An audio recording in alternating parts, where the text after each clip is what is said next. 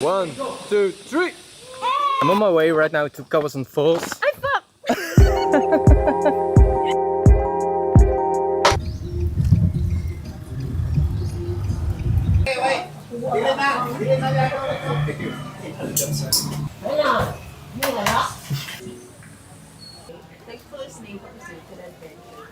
That's it? Okay. Let's go. Good. Let's do it. Yeah. Phew. Thank you. You ride a zip line? Ah? Close? Close, oh my god. Briefing ka, na close na.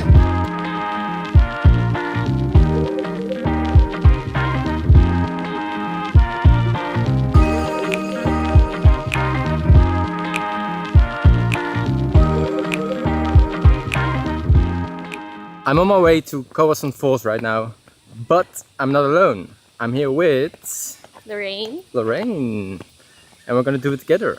Yes. So yeah, it's gonna be fun.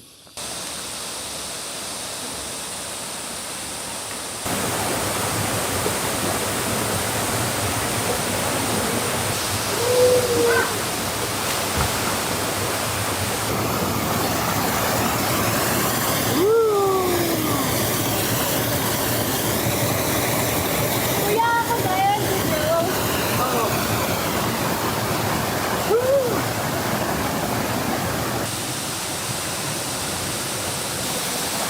Doing video.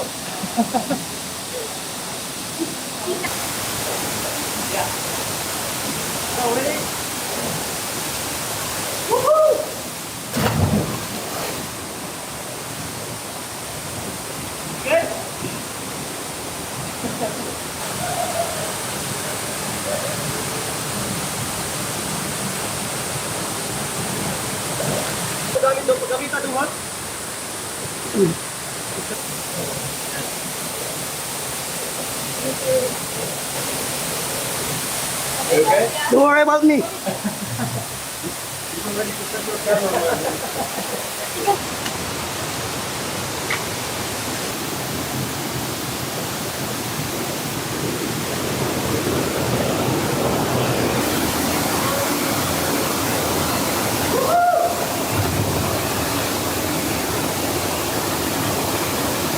You good, sir?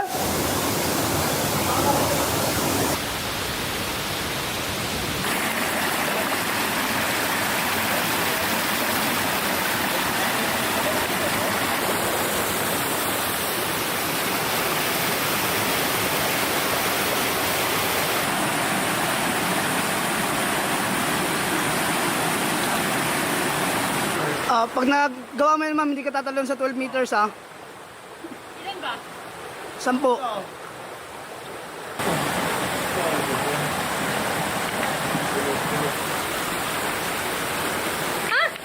Wala pa. Tatalon ka sa 12 meters. Listen, if I can do this, I'm gonna jump the 12-meter high thing.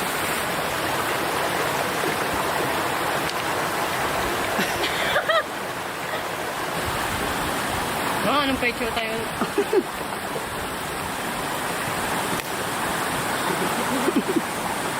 Nice. Picture ang mga kuya.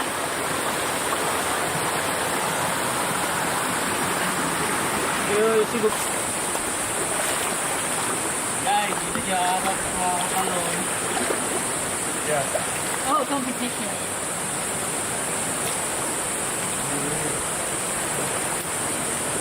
Oh!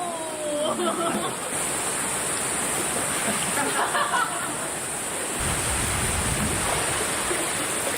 dami.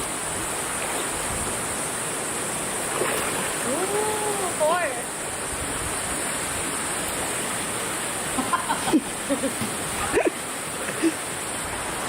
Naman ako na usa ka oras, Loy. Usa ka oras. Ha? Usa ka oras. Video. Rob, the video's 1 hour. The video's already an hour. Enjoy that, oy. Tuloy, oy. Cut. Ay, the joke daw. Joking. Record? Ayaw ra?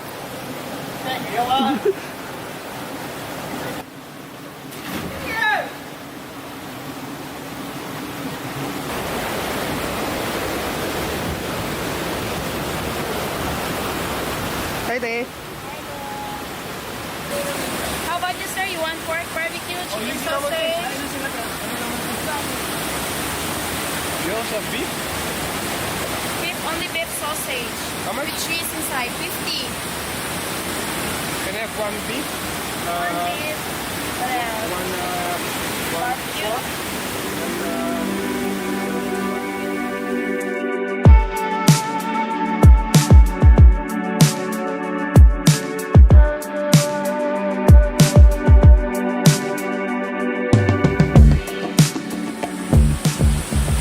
Sarap ah.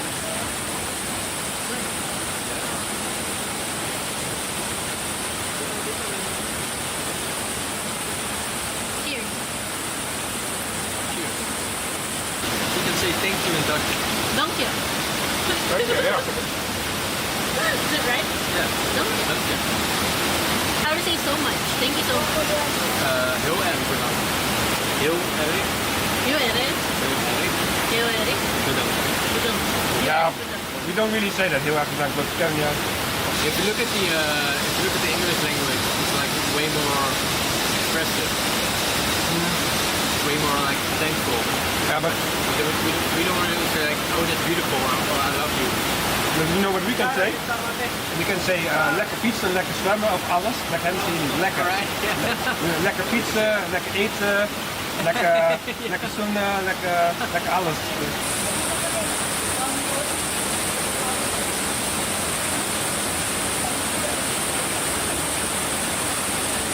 So let's move on to the next thing.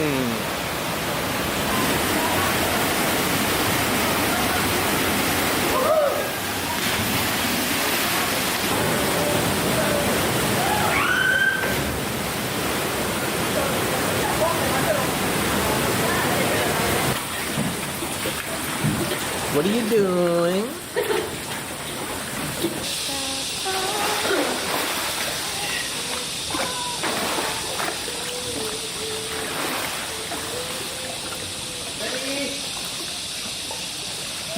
You gonna jump? Ooh. 1, 2, 3. Damn.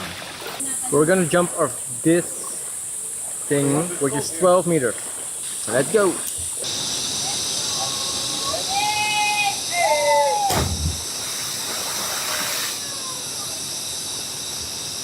One more?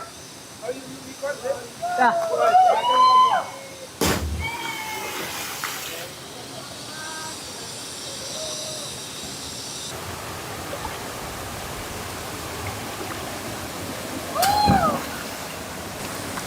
So is there a bigger one?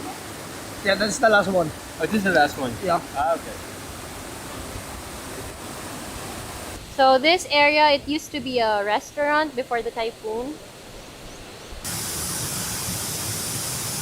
But now, you have to do this one, canyoneering, to get to Kawasan.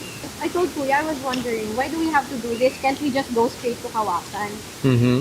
Then he said it was because of the typhoon. Yeah, you can see the aftermath of the typhoon pretty clearly everywhere. You can see a lot of fallen trees.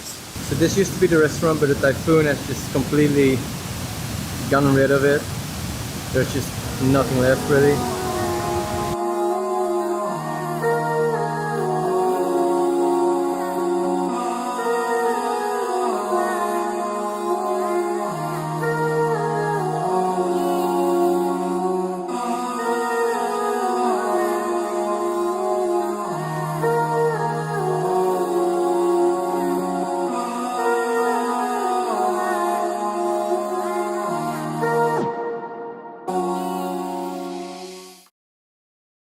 I'm just gonna end the video here.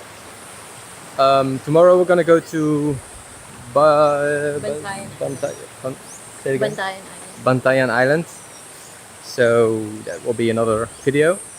But yeah, hope you enjoyed this one and see you in the next one. Bye! Bye! Bye! Bye-bye! Don't say I'll bring